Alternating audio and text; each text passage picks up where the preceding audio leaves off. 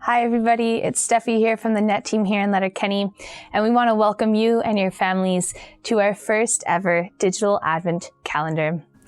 The name of this digital Advent calendar is called Convenit, and Convenit in Latin means come together. And we want you and your families to come together to enjoy this time, to learn more about your faith and to grow deeper with God. Each day throughout the Advent season, we're going to have a new speaker speaking about the faith, speaking about the gospel readings. And we encourage you and your family just to reflect upon these readings. Up first, we're going to have Bishop Allen speaking about how Advent reminds us of our true identity, how we come from God and how we are for God. He reminds us that no earthly thing can fulfill us as much as God can. We hope you guys enjoy. Take care. Advent reminds us that the core of all our lives is that we have been made for God. Our life's task is to let God come into every part of our being and make us new.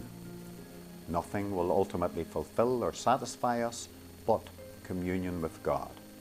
Then, at the same time, we often settle for shallow substitutes. We don't even recognize that the things we fill ourselves with are idols taking the place of God, but they are. In the 63rd chapter of Isaiah, we can see the people recognize this, and so they cry out to God. Why, Lord, leave us to stray from your ways and harden our hearts against fearing you? They wanted to be walking the ways of the Lord. They longed for a wholesome, loving fear of the Lord. And then they say, oh, that you would tear the heavens open and come down. Now there is a fitting stance for a faithful people in Advent. Some of the time, we want to stand in the power of that. More of the time, God is simply too deep for us. We get distracted, bored even. We fall asleep. It's in that context, one of being easily bored, distracted, and falling asleep, that Jesus gives us another powerful metaphor for Advent.